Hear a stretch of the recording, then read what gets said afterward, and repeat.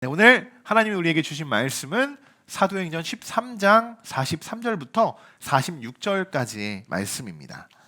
우리 한 목소리로 네 구절의 말씀을 함께 읽어보도록 하겠습니다. 함께 읽겠습니다. 회당의 모임이 끝난 후에 유대인과 유대교에 입교한 경건한 사람들이 많이 바울과 바나바를 따르니 두 사도가 더불어 말하고 항상 하나님의 은혜 가운데 있으라 권하니라. 그 다음 안식일에는 온 시민이 거의 다 하나님의 말씀을 듣고자 하여 모이니 유대인들이 그 무리를 보고 시기가 가득하여 바울이 말한 것을 반박하고 비방하거늘 바울과 바나바가 담대히 말하여 이르되 하나님의 말씀을 마땅히 먼저 너희에게 전할 것이로되 너희가 그것을 버리고 영생을 얻기에 합당하지 않은 자로 자처하기로 우리가 이방인에게로 향하노라. 아멘. 네, 오늘은 36번째 시간으로 비시디아 안디옥이라는 제목으로 말씀을 전하도록 하겠습니다. 지난 시간에는 바울의 이 전도 여행의 첫 시작을 알리는 말씀이었죠. 바울과 바나바가 동굴 이 안디옥 교회에서 안수를 받고 파송을 받습니다. 여러분, 첫 선교지가 어디였습니까? 구브로라는 섬이었죠. 그곳에서 바예수, 딱 이름만 들어도 좀 뭔가 이상해요. 심상치 않아요. 바예수라는 거짓 선지자를 만나고 또 구브로의 총독이었던 서기오 바울도 만났었습니다. 오늘은 그 다음 행선지로 바나바와 이 바울이 이동을 하게 되는데요. 13절을 보시면 그들의 경로를 알 수 있는데 바보에서 배를 타고 밤빌리아에 있는 버가에 이제 도착을 하게 됩니다. 그리고 거기서 수행원으로 함께 동참을 했던 이 요한이 예루살렘으로 다시 돌아가게 돼요. 그리고 바울과 바나바만 이 비시디아 안디옥에 도착을 하게 됩니다. 자, 지명이 조금 헷갈릴 수 있어요. 처음 바울이 출발했던 곳 어디였습니까? 안디옥. 그리고 출발했던 그 안디옥은요, 앞에 수리아 안디옥이라고 불러요. 수리아 안디옥. 그리고 오늘 도착한 곳은 비시디아 안디옥입니다. 당시에 이 안디옥 지역은요 수십 개가 된다고 해요. 수십 개.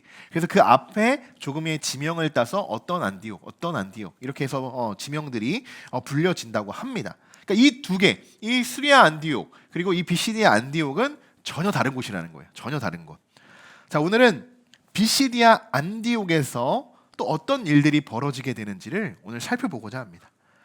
앞서 여러분 우리가 본문 4구절에 쭉 말씀을 읽어봤죠. 지금 안디옥의 분위기가 어떻습니까? 뭔가 심상치 않아요. 두 무리로 확연하게 나눠지고 있습니다. 43절에 이런 말씀이 있어요. 회당의 모임이 끝난 후에. 그러니까 뭔가 회당에서 엄청난 일들이 뭔가 일어나요. 심상치 않은 일들이 지금 일어났다는 거예요.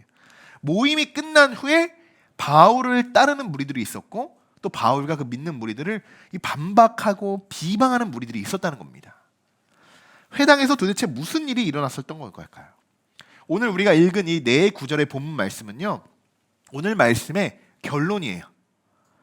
지금부터 회당에서 무슨 일이 있었는지를 함께 살펴보도록 하겠습니다. 여러분, 구브로에서도 마찬가지로 이들은 선교지에 도착을 하게 되면요, 여러분 어디를 가장 먼저 가야 될까요? 어디를? 여러분 만약 선교사라고 생각해 보세요. 내가 저기 뭐 이름 없는 그런 작은 나라에 가서 내가 선교를 하겠다. 갑니다. 하나님의 부르심을 받고 가요. 근데 그 나라에 가서 어디를 가서 선교를 해야 될까요? 어디를 가서? 그때 가서 하나님께 기도하고 응답받아서 갈까요? 자, 이들이 선교지에 도착하면요, 앞으로도 그랬고 지금까지도 그랬습니다. 앞으로 많이 그럴 동일하게 계속 반복되는 이야기인데, 그들이 가장 선교지에 도착하면 가장 먼저 찾아가는 곳이 어디냐? 유대인의 회당입니다. 유대인들의 회당. 역시나 이 비시디아 안디옥에서도 이들은 회당을 찾아갔죠. 처음 구브로에서도 이들이 어디를 찾아갑니까? 회당을 찾아갔었다는 거예요. 그런데 이날이 마침 안식일이었고 회당에서는 예배를 드리고 있었어요. 예배를. 오늘 우리와 같이요. 당시 유대인의 회당에서는 아무나 말씀을 전할 수 없었습니다. 아무나 누구가 누구를 가르칠 수도 없었어요. 바울과 바나바도 예외는 아니었겠죠. 유대인들에게 허락을 받아야지만 회당에서 설교를 할 수 있습니다. 뭐 지금 우리나라 교회도 그렇잖아요. 누가 이렇게 오셔요. 다른 목사님들이 와서 예배를 드리는데 갑자기 그 목사님이 와서 뭐 설교를 하겠다 내줄 수가 없잖아요.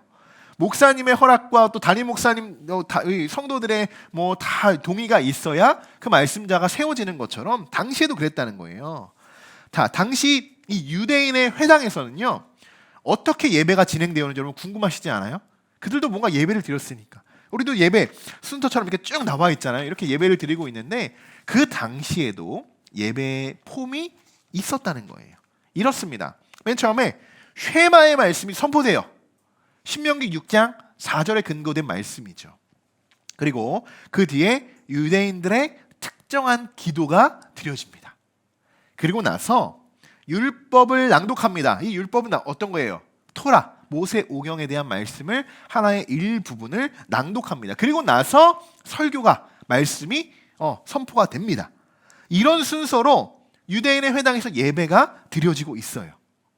자, 그런데 이들만의 특징이 하나 있습니다. 특징. 회당장은요, 누가 예배를 진행하고 오늘 예배를 설교를 하게 될지 그 회당장이 결정을 한다고 합니다. 그리고 또 한 가지, 당시 유대인의 회당에 방문을 했던 그 랍비들 있죠. 선생들, 뭐 선지자들, 그런 사람들이 이제 방문을 합니다. 유대인의 회당에. 그러면 이 회당장은 그들에게 설교를 할 수 있는 권한을 준다고 합니다. 이것이 그들에게 관습과 같이 전례같이 내려오던 그 유대인들의 방식이었던 거예요. 자, 사도 바울은요, 이런 사실을 알고 있었을까요? 모르고 있었을까요? 알고 있었죠. 사도 바울 어떤 사람인지 알잖아요. 유대인들 중에 가장 뛰어난 사람, 뛰어난 사람 중에 한 명이 바울이었어요. 그러니까 유대인이 갖고 있는 그 율법과 뭐 쉐마 뭐 이런 것 모든 것을 누구보다도 잘 알고 있어요. 어쩌면 이 회당장보다도 바울이 더 잘 알고 있습니다. 그런데 이 바울이요, 이 부분을 정말 지혜롭게 어떻게 보면 공략합니다. 공략해요. 15절 하반절에요, 회당장이 바나바와 바울에게 묻습니다. 이르되 형제들아, 만일 백성을 권할 말이 있거늘 말하라. 자, 어떻습니까? 기회가 찾아온 거예요. 기회가. 그럼 좀 잘 생각해 보세요. 기회가 회당장이 볼 때는 그들에게 기회를 준 것처럼 보이잖아요. 그런데 눈에 보이지 않지만요, 바울은 이미 이 모든 시스템을 다 파악하고 스스로 그 자리에서 하나님의 말씀을 선포할 수 있도록 스스로 기회를 만든 겁니다. 이것이 여러분 전략이에요. 전략. 호랑이를 잡으려면요, 호랑이 굴에 들어가야 됩니다. 지금 바울과 바나바는요, 사실 호랑이 굴에 들어간 거예요. 유대인의 회당에 들어가서 유대인식의 예배를 함께 드렸기 때문이죠. 쉐마를 읽고 유대인들의 기도를 따라하고 율법을 함께 낭독합니다. 함께. 여러분, 사실 바나바와 이 바울이 지금 유대인 회당에 앉아 있는 것만으로도 사실은 굉장한 거예요. 굉장한 거예요. 유대인들의 예배에 참석하고 있는 그들의 심정을 한번 생각해 보세요, 여러분. 심정. 그들이 유대인 회당에 가서 선교지에 갔는데 그 유대인 회당에 가서 그들만의 유대인식의 예배를 드리고 있는 이 바울과 바나바의 심정은 어땠을까요? 기뻤을까요? 우리가 여러분 전도한다고 성당에 가서 지금 미사를 드리고 있는 심정이랑 똑같아요. 저는 그렇게 생각합니다. 그런데 여러분, 이들이 그 자리를 박차고 나오는 것이 아니에요. 막 드리다가 아니 이렇게 예배하면 안 되지, 이게 무슨 하나님의 말씀이야 라고 그 자리에서 반박하고 자리를 벅차고 나오는 것이 아니라요, 기회가 주어질 때까지 끝까지 기다린다는 거예요. 끝까지. 저는 이것이 지혜라고 생각합니다. 지혜라고. 이제 드디어 바울이 하나님의 말씀을 선포할 수 있는 기회가 찾아와요. 16절 말씀 같이 한번 읽어보겠습니다. 바울이 일어나 손짓하여 이스라엘 사람들과 및 하나님을 경외하는 사람들과 그래라. 아멘. 자, 먼저 바울이 회당에서 이제 말씀을 전하는데 이 말씀을 듣는 자들 있죠. 듣는 회중들이 어떤 회중들인지를 봐야 되는데 이 말씀에 이렇게 기록이 되어 있어요. 이스라엘 사람들이 있고요. 말씀을 보시면. 그리고 하나님을 경외하는 사람들이 있습니다.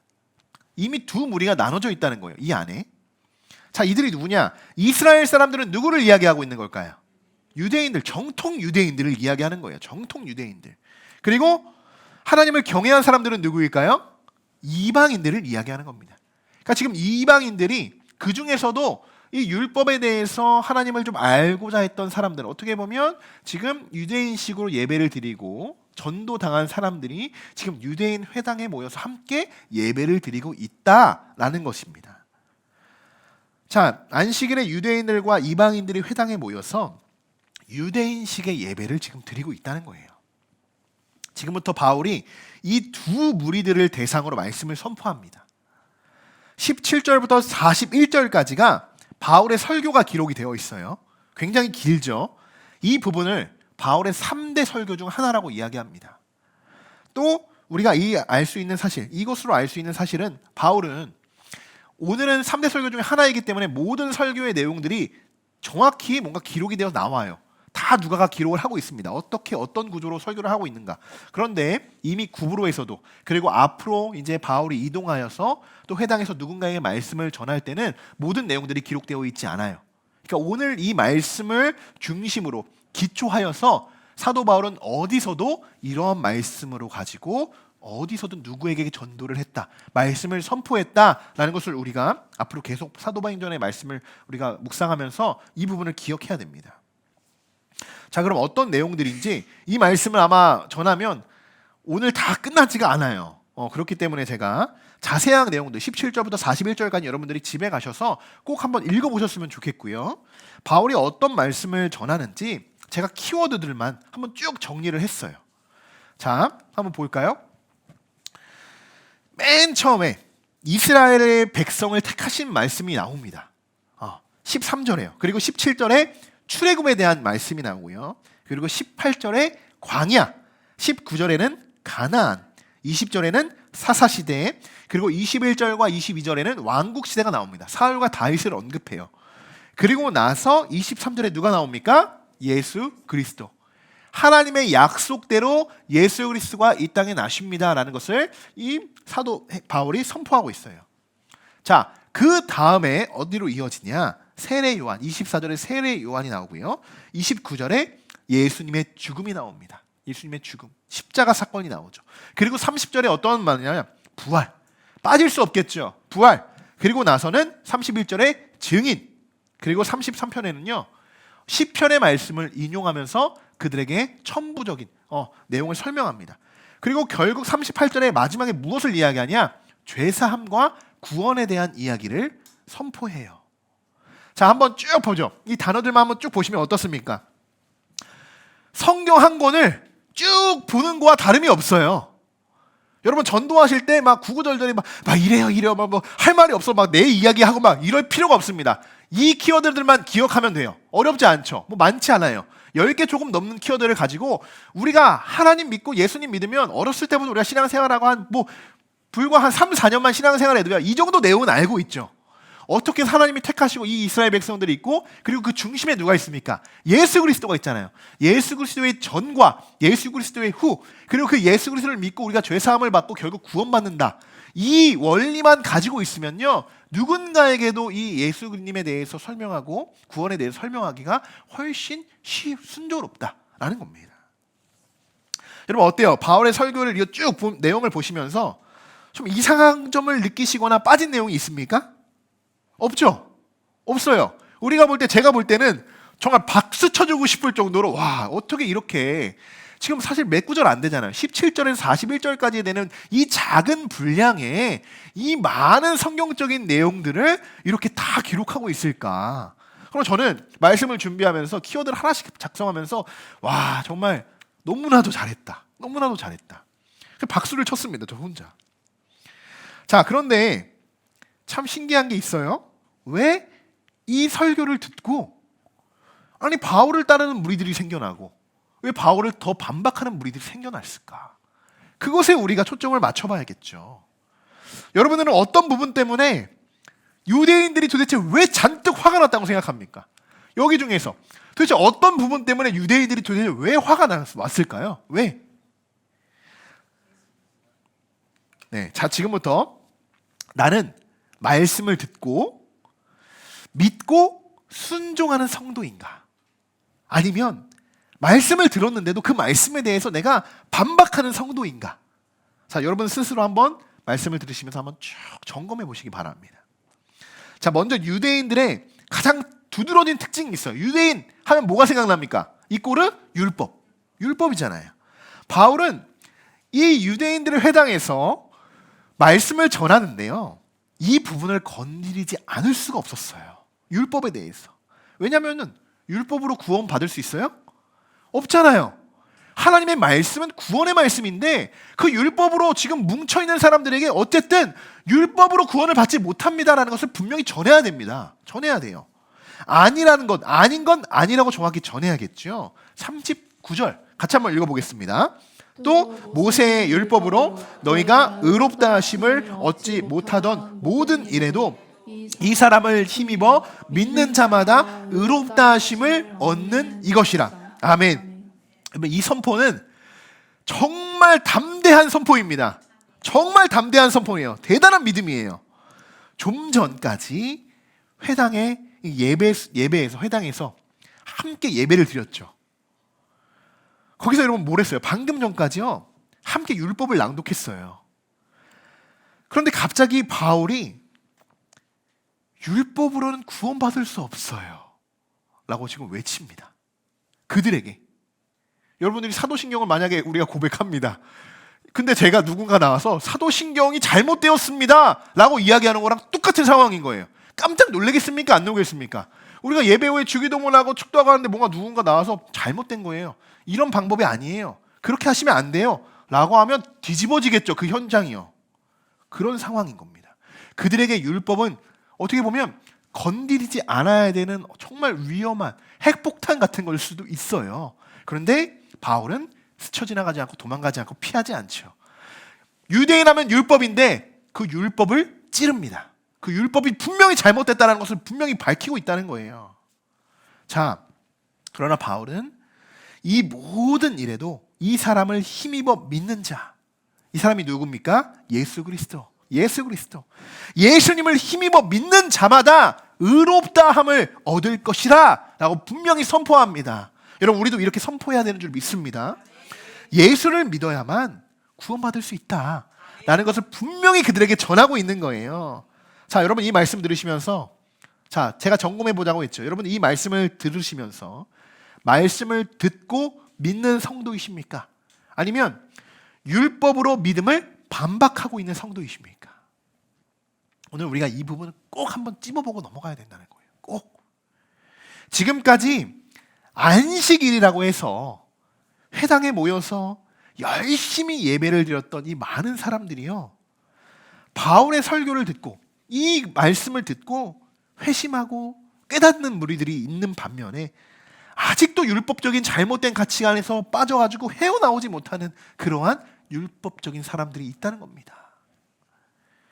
분명 우리도 여기에 예외가 되지 못할 거예요. 혹여나 우리가 지금 드리고 있는 이 예배가 율법적인 예배는 아닌지, 형식적으로 드려지고 있는 예배는 아닌지, 정말 예수 그리스도를 증거하고 선포되는 말씀을 통하여서 우리의 관절과 골수를 찔러 쪼개기까지 하며 우리의 마음을, 생각을 판단하시는 그 놀라운 하나님의 말씀이 살아 역사하고 있는 예배의 현장인지를 우리는 분명히 오늘 기억하고 돌아보고 점검해야 하는 줄 믿습니다. 사랑하는 성도 여러분, 우리가 예배를 드리는 데 있어서요, 말씀 선포의 시간, 이 말씀이 선포되는 시간은 예배 순서 중 가장 핵심적인 순서이고 가장 중요한 시간이다 라고 저는 생각이 되어집니다. 아마 여러분들도 그렇게 생각이 되실 거예요. 그렇다면 우리가 예배를 드리면서 하나님의 말씀을 듣는데 말씀의 은혜를 받지 못한다, 말씀에 오늘 기도해 주신 것처럼 말씀에 도전을 받지 못하고 내가 그 말씀에 결단하지 못한다, 말씀에 전혀 깨달음이 없다, 말씀 안에 주시는 하나님의 감동이, 이 영적인 뜨거움이 전혀 느껴지지 않는다, 우리 중에는 없습니다. 우리 중에 없지만 이야기하는 거예요. 만약 그렇다면 도대체 무엇이 문제일까요? 솔직하게요, 그 문제의 요인을 찾아보면요 간단합니다. 두 가지 요인밖에 없어요. 첫 번째, 설교자가 말씀을 정말 못 전하든지, 두 번째, 회중이 잘못 듣든지, 둘 중에 하나밖에 없어요. 둘 중에 하나. 솔직한 심정이에요. 솔직한 심정. 뭐 여기서 뭐 어떤 설교를 뭐 어떻게 해석하고 분석해서 막 그거를, 저는 그것보다 더 중요한 거, 이 설교자가 하나님이 주신 말씀을 잘 준비해서 잘 전하고 있는지, 그게 가장 중요한 거 아니겠어요? 말씀을 듣는 회중은 그 설교자를 통해서 하나님이 주시는 말씀으로 잘 듣고 있는지, 이것 두 개면 되는 거 아니겠습니까, 여러분? 저는 하나님의 말씀을 들을 때마다 우리의 마음이요, 정말 콕콕 쑤셔야 된다고 생각해요. 바늘이 우리를 막 찌를 때처럼. 너무 아프죠? 그 주사 한 번 맞을 때 너무나 울면서 막 안 맞으려고 막 그렇게 하는 떼 쓰는 애들처럼요, 그 바늘이 정말 우리를 쑤시는 것처럼 말씀이 우리의 마음에 콕콕 쑤셔야 된다고 생각해요. 왜요? 하나님의 말씀은 우리 마음 중심을 찌르고 있기 때문입니다. 제가 가장 좋아하는 말씀 중에 하나예요. 히브리서 4장 12절의 말씀인데요, 같이 한번 읽어보겠습니다. 하나님의 말씀은 살아있고 활력이 있어 좌우의 날선 어떤 검보다도 예리하여 혼과 영과 및 관절과 골수를 찔러 쪼개기까지 하며 또 마음의 생각과 뜻을 판단하나니. 아멘. 여러분, 이것이 하나님의 말씀의 힘이고 능력인 줄 믿습니다. 오늘도 하나님의 말씀을 들으시면서 마음에 찔림이 있으신 분들이 계십니까? 만약 그렇다면 오히려 감사해야 되는 겁니다. 감사해야 되는 거예요. 여러분들의 영이 깨어있다는 증거이기 때문입니다. 우리의 영이요, 잠들어 있잖아요. 아무리 하나님의 말씀이 뭐 들어오고 누가 뭐 찌르고 옆에서 툭툭 친다고 해도요, 둔해요. 전혀 들어오지 않습니다. 그 말씀이 들어오지 않아요. 감각이 없다는 거예요. 영적 감각이 전혀 없다는 거예요. 이미 너무 무뎌져도 너무 무뎌진 거죠. 자, 13절도 우리가 한번 읽어보겠습니다. 매번 우리가 이 12절의 말씀이 너무 유명한 말씀이고 너무나도 우리에게 깨달음이 있는 말씀이기 때문에 우리가 12절의 말씀만 듣고 끝나고 읽고 그냥 마치는데요, 13절에도 굉장히 귀한 말씀이 뒤에 기록되어 있어요. 같이 읽어볼까요? 지으신 것이 나타나지 않음이 없고 우리의 결산을 받으실 이의 눈앞에 만물이 아멘. 자, 여러분, 우리는 하나님 앞에서 이 말씀과 같이 벌거벗은 것 같이 드러나게 되어 있는 거예요. 우리는 말씀의 은혜를 받고 말씀의 깨달음이 있고 말씀의 찔림이 있는 분들에게 드러나는 증상입니다. 현상이에요. 여러분, 이 말씀에 나와 있는 것처럼 이러한 벌거벗은 모습이요, 부끄러운 모습일까요? 저는 전혀 그렇지 않다고 생각해요. 오히려 문제는 뭐냐면요, 우리는 말씀이 아니라 율법과 나의 자아와 정말 세상의 악한 것들로 내 모습이 더 화려하게 치장이 되어 있는 것, 이것이 훨씬 더 부끄러운 모습이라고 생각합니다. 화려한 교회가 아니라 주님이 찾으시는 교회, 우리 교회가 그런 교회가 되어야 되지 않겠습니까? 우리의 모습이 화려한 성도가 아니라 주님이 원하시는 성도의 모습이 되어야 되지 않겠습니까? 여러분, 하나님의 말씀은요, 이 모든 것을 다 벗겨버릴 수 있는 힘이 있습니다. 그것이 말씀의 능력이에요. 그래서 결국 우리가 무엇을 하나님이 붙잡기를 원하시는가? 14절의 말씀이죠. 같이 읽어볼까요? 그러므로 우리에게 계시니 승천하시는 이 곧 하나님의 아들 예수시라. 우리가 믿는 도리를 굳게 잡을지어다. 아멘. 결국은 여러분 잘 보십시오. 말씀을 통해서, 하나님의 말씀을 통해서 우리의 죄악된 모습들을 다 벗겨버리신다는 이야기입니다. 그리고 나서 그 벗겨버진 그 모습, 어떻게 보면 순수한 모습이죠. 정말 알몸으로 태어났을 때 그 모습으로 아무도 흠없는 그 모습으로 무엇을 하라고요? 예수 그리스도를 붙잡게 하시는 겁니다.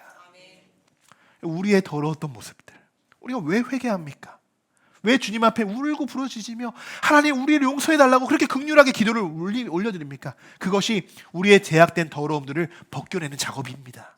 그것이 벗겨져야지만 그 안에 하나님의 말씀으로 예수 그리스도로 채워지고 우리가 말씀의 능력으로 힘입어 우리가 살아가게 되는 줄 믿습니다. 여러분, 율법이라고 해서 토라만 낭독하고 막 정말 예전에 그 구역에서 나온 것처럼 막 손목에 뭐 띠를 띠고 뭐 머리띠를 메고 그 말씀을 늘 묵상해야지, 외우고 있어야지만, 그 토라를 외우고 있어야지만 여러분 구원받는 것이 아니에요. 그것만이 율법이 아니고요. 그보다 더 무서운 율법은 뭐냐? 간단합니다. 예수 그리스도가 내 안에 들어오지 못하도록 다른 것들로 채우는 것. 율법이에요. 율법. 예수님을 아예 차단하고 마음 문을 닫는 것이 우리에게 율법이 될 수 있다는 것입니다. 사랑하는 성도 여러분, 오늘 우리가 드리는 이 예배 속에서 또 하나님이 또 설교자를 통해서 들려주시는 하나님의 말씀을 들으시면서 우리 안에 하나님이 주시는 깨달음과 또 회개해야 되는 부분들이 있다면 다시 또 새롭게 우리가 세워가야 하는 것들도 있겠죠. 세워가야 하는 것들도 있다면 또 결단해야 하는 부분들이 있다면 다른 것 다 내려놓으시고 하나님의 말씀 앞에서 하나님의 말씀으로 그것을 회복되고 세워가시는 여러분들이 되시길 주님의 이름으로 간절히 축원합니다. 바울이 이렇게 설교가 이제 마쳐졌습니다. 회당에서 놀라운 일들이 또 한 번 벌어지게 되는데요. 43절의 말씀 같이 한번 읽어볼까요? 회당에 43절의 말씀이 빠진 것 같아요. 43절을 한번 같이 성경책 보고 한번 같이 읽어보겠습니다. 회당에 모임이 끝난 후에 유대인과 유대교에 입교한 견고한 사람이 많이 바울과 바나바를 따르니네. 여기까지. 자, 여러분 뭐가 놀라운 일인지 여러분 아시겠죠? 바울의 말씀을 듣고요, 유대인과 유대교에 입교한 견고한 사람들, 여러분 이들이 누구예요? 이들 중에 누가 있어요? 아까 말씀드린 유대인, 정통 유대인들이 있었다는 거예요. 그리고 유대교에 입교했던 경건한 사람들 누구예요? 이방인들, 유대교를 믿기 시작한 사람들. 그런데 이들이 어떻게 했다고요? 바울과 바나바를 따랐다는 겁니다. 놀랍지 않습니까? 즉 그들이요 율법을 버리고요 예수 그리스도를 믿었다는 거예요. 정말 놀라운 지금 사건이 벌어진 겁니다. 우리가 지금 한번 그냥 슉 훑고 읽고 넘어갈 수 있는 구절인데요, 이 말씀 한 구절만 보면요 어떻게 보면 사도 바울과 같은 모습이 일어난 거예요. 사도 바울의 그 간증 아시죠 여러분? 사도 바울이 그 예수님을 만났을 때 사도 바울도 눈이 가려졌었잖아요. 눈이 가려져서 앞을 보지 못하고 그렇게 자기들이 박해하려고 갔던 그 땅에서 눈이 가려져서 끌려갔잖아요. 그리고 하나님이 다시 그의 눈을 뜨게 하셨잖아요. 그리고 나서 바울이 복음을 선포하러 다니고 있잖아요 지금. 여러분 지금 바울뿐만이 아니라 정통 유대인들, 어렸을 때부터 이 쉐마와 이 토라만 읽고 묵상했던 그들이 바울의 설교를 듣고 이 하나님의 말씀을 듣고 예수 그리스도의 그 누구신지를 그들이 깨닫게 되는 순간 정통 유대교인들이 율법을 벗어버립니다. 벗어버린다는 거예요. 너무나도 놀랍고 기적의 사건이 일어나게 된 거죠. 여러분 전도하면서 가장 전도하기 힘든 사람이 누군지 아세요 여러분? 초신자? 가장 쉽습니다. 다른 종교를 믿고 있는 사람들이 전도하기 가장 어려운 사람들이에요. 가장 어려운 사람들. 이 사람들의 마음을 되돌린다는 것 쉽지 않죠. 쉽지 않아요. 여러분 다시 한번 말씀드리지만 이러한 모든 사건의 기적의 중심에는 하나님의 말씀이 있는 줄 믿습니다. 자, 그 다음 안식일이 되었어요. 다음 주가 되온 거죠. 이제 한 주가 지나서 다시 한번 이들이 안식일이 되어서 회당에서 말씀을 전하는데요, 44절입니다. 더 놀라운 기적들이 일어나요. 같이 한번 읽어보겠습니다. 그 다음 안식일에는 온 시민이 거의 다 하나님의 말씀을 듣고자 하여 모이니. 아멘. 저 오늘 이 말씀을 준비하면서 이 말씀이 가장 은혜가 됐습니다. 도전이 됐어요. 우리 함께하는 교회가요, 저는 이런 교회가 되기를 소망합니다. 하나님의 말씀을 듣기 위해 모이는 교회가 되는 거예요. 하나님의 말씀을 듣기 위해. 자, 저는 우리 함께하는 교회가요, 어떻게 보면 지금 이 유튜브로 우리가 온라인 커뮤니티로 활성화되고 또 온라인 사역도 하고 있는 이 시대, 이러한 모든 컨텐츠들이 이러한 사역에 지금 이 시대에 그러한 사역들을 또 잘 감당하고 있는 하나의 한편의 또한 그런 부분들이다라고 생각이 되어집니다. 우리 교회도 여러분 회당에서 지금 이렇게 말씀을 전하고 있지만, 제가 당시 2000년 전이라고 생각하면 회당에서 이렇게 말씀을 전하고 있지만 우리 교회도요 두 부류의 성도들이 계신다는 거 여러분 아세요? 말씀을 순종하는 자와 말씀을 순종하지 않는 자가 아닙니다. 우리는 다 말씀을 순종하는 자인데 이 시대는 어떤 두 부류로 나눠지냐? 오프라인으로 성전에서 함께 예배를 드리는 성도들과요, 온라인으로 함께 예배를 드리는 성도들이 있어요. 지금 이게 우리가 살아가는 시대입니다.